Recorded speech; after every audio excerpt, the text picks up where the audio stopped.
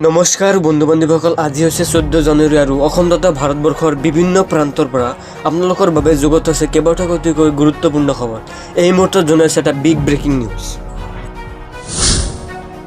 জনপ্ৰিয় কণ্ঠশিল্পী ৰাজীৱ শদিয়া আৰু নাই সোমবাৰে অসম চিকিৎসা মহাবিদ্যালয়ত শেষ নিশ্বাস ত্যাগ কৰে কণ্ঠশিল্পীগৰাকীয়ে। বিহুৰ আনন্দ উল্লাসৰ মাজতে দুখৰ খবৰ। কণ্ঠশিল্পী ৰাজীৱ শইকীয়াৰ অকাল বিয়োগ।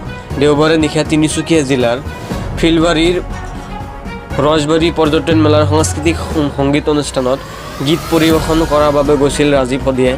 অনুষ্ঠান আৰম্ভ কৰি এটা গীত গোৱাৰ পাছতে হৈছিল অঘটন। উপস্থিত ৰাইজৰ মাজত লাগিছিল হাহাকাৰ আৰু মঞ্চতে ঢলি পৰিছিল জনপ্ৰিয় কণ্ঠশিল্পী ৰাজীৱ শদিয়া আৰু হৃদৰোগত আক্ৰান্ত হৈ মঞ্চৰ পৰা তলত পৰিছিল শিল্পীগৰাকী।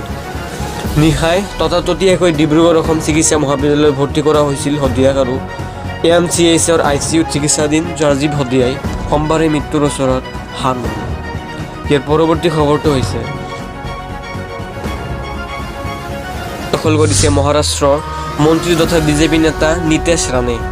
EVM সন্দৰ্ভত সাম্প্ৰদায়িকভাৱে উচতনিমূলক মন্তব্য কৰাৰ অভিযোগত উত্থাপন হৈছে তেওঁৰ বিৰুদ্ধে আৰু ৰাণেৰ এই মন্তব্য কেৱল বিৰোধীয়ে নহয়, NDAৰ মিত্ৰজোঁটৰ অংশীদাৰ নেতাসকলেও গৰিহণা দিছে। শুক্ৰবাৰে মহাৰাষ্ট্ৰৰ হাংগলতিত অনুষ্ঠিত হোৱা এক ধৰ্মীয় সভালৈ গৈছিল নীতেশ ৰাণে। তাত তেওঁ সংখ্যালঘু সন্দৰ্ভত বিতৰ্কিত মন্তব্য কৰিছিল আৰু তেওঁ কৈছিল, বিৰোধীয়ে বাৰে বাৰে EVMৰ কথা কৈ আহিছে। হিন্দু একত্ৰিত হৈ হিন্দুক ভোট দিয়া বুলি তেওঁলোকে মানি ল'ব নোৱাৰে। হাৰিলে EVM দোষ দিয়ে আৰু আচলতে তেওঁলোক EVMৰ অৰ্থ নাজানে আৰু EVMৰ অৰ্থ হৈছে প্ৰতিটো ভোট মূল্যৰ বিৰুদ্ধে। আমি গৌৰৱান্বিত যে আমি EVMৰ বাবে জয়ী হৈছোঁ। ৰাজ্যমন্ত্ৰীৰ এনে মন্তব্যৰ পিছতে বিৰোধিতা কৰিছে বিৰোধী আৰু কংগ্ৰেছৰ সাংসদ শশী থাৰুৰে কয়, এয়া আচৰিত। আমাৰ দেশৰ সকলো জনসাধাৰণৰ স্বাধীনতা সংগ্ৰামৰ উমৈহতীয়া মূল্যবোধ জানিব লাগে আৰু ধৰ্মীয় কাৰণৰ উদ্ধৃতি দি এটা গোটে পাকিস্তানৰ সৃষ্টি কৰিছিল আৰু গান্ধীজীয়ে কয়, আমি সকলোৰ স্বাধীনতাৰ বাবে যুঁজিছোঁ আৰু আমি একেলগে দেশ কৰিম আৰু সকলোৰে সমান অধিকাৰ থাকিব। যদি কোনোবাই থিয় হয় হিন্দু মুছলমান খ্ৰীষ্টান বা আন কোনো ধৰ্মৰ কথা কয় তেন্তে সেয়া ভুল। আমি সকলোৱে ভাৰত। আৰু সংক্ৰমে মহাৰাষ্ট্ৰৰ প্ৰাক্তন মন্ত্ৰীয়ে নাৰায়ণ ৰাণৰ পুত্ৰ নীতিশ ৰাণে ইয়াৰ পূৰ্বে কেইবাবাৰো বিতৰ্কিত মন্তব্য কৰিছিল। সেয়াতে কয়, ৱানাড লোকসভাৰ উপ নিৰ্বাচিত প্ৰিয়ংকা গান্ধীয়ে জয়লাভ কৰাৰ পিছত তেওঁ কেৰালাক মিনি পাকিস্তান বুলি অভিহিত কৰে। ইয়াৰ পৰৱৰ্তী গুৰুত্বপূৰ্ণ খবৰটো হৈছে লছ এঞ্জেলত বনজুইৰ ফলত এই পৰ্যন্ত 24জন লোকৰ মৃত্যু।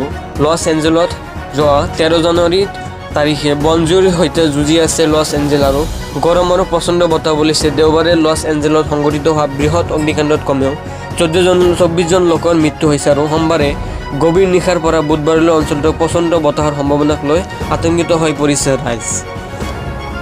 দ্য নিউয়ৰ্ক টাইমছৰ মতে প্ৰচণ্ড আৰু গৰমৰ বতাহৰ মাজত পেলিচাডেছ আৰু ইটনত হোৱা অগ্নিকাণ্ড নিয়ন্ত্ৰণ কৰাত অগ্নি নিৰ্বাপক বাহিনীয়ে সপ্তাহৰ শেষৰ ফালে যথেষ্ট সফলতা লাভ কৰিছিল আৰু অগ্নি নিৰ্বাপক বাহিনীৰ লোকে বনজুই নিৰ্বাপন কৰাত ব্যস্ত হৈ থাকিল। আৰু লছ এঞ্জেলত কাউণ্টিৰ শ্বেৰিফ ৰবাৰ্ট লুনাই কয় যে নিৰুদ্দেশ হোৱা লোকৰ সংখ্যা বৃদ্ধি পাইছে আৰু নিৰ্বাচিত ৰাষ্ট্ৰপতি ডনাল্ড ট্ৰাম্পে ছ'চিয়েল ছাইট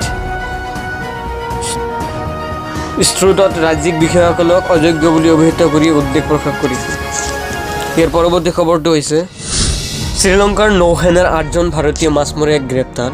নতুন দিল্লী যোৱা 13 জানুৱাৰী শ্ৰীলংকাৰ নৌসেনাই নিজৰ ভূখণ্ডৰ জলসীমাত মাছ ধৰাৰ অপৰাধত 8জন ভাৰতীয় মাছমৰীয়াক গ্ৰেপ্তাৰ কৰিছে। লগতে শ্ৰীলংকাৰ নৌসেনাই জব্দ কৰিছে 2খন মাছ ধৰা নাও আৰু দেওবাৰে শ্ৰীলংকাৰ নৌসেনাই জাৰি কৰা এক বিবৃতিৰ পৰা এই তথ্য লাভ কৰা হৈছে। শ্ৰীলংকাৰ নৌসেনাই জাৰি কৰা এক প্ৰেছ বিজ্ঞপ্তি অনুসৰি শনিবাৰে গভীৰ নিশা মান্নাৰৰ উত্তৰ সামুদ্ৰিক অঞ্চলত আৰম্ভ কৰা এই বিশেষ অভিযানৰ সময়ত এই গ্ৰেপ্তাৰ কৰা হৈছে আৰু বিবৃতিটোত কোৱা হৈছে যে এই গ্ৰেপ্তাৰৰ লগে লগে চলিত বৰ্ষত এতিয়ালৈকে 18জন ভাৰতীয় মাছমৰীয়াক গ্ৰেপ্তাৰ কৰাৰ লগতে 3খন নাও জব্দ কৰা হৈছে।